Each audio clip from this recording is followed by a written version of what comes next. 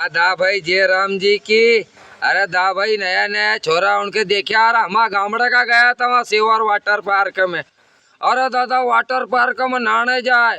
और वो water park वालों 3000 लीटर पानी उमें कूड़े का भाई मैं नहाओ तो मैं केल्डा ने केल्डी ने सब ढोर भेड़े ढोर नहाए तो दादा वो ना पानी के खाली करे नहीं जब ना गामड़े का गयो तो गामड़े को नहाने तो वो तो दादा हूँ तो उनका देखी ना नहायो ही नहीं गोविंदा कराड़ा पर बठोरियो रही नहाया जाता तो मन की क्यों कहीं आपत आ तो दादा हूँ कूदियो ही सही आनी के मार दो ठंडागार पानी मैंने को मूतणो आई गो तो वहाँ मूतने कहाँ जाओ बाथरूम करने तेने कहा यार हो तो मैंने तो उमा ही कर ली ने निकले हुए ने बाहर कराड़ा पे बैठो तो देख जाता था 3000 लीटर पानी कूड़े 300 लीटर उगल पानी हुई जाए भेड़ो एक वाटर पार्क के है ना मेरी जान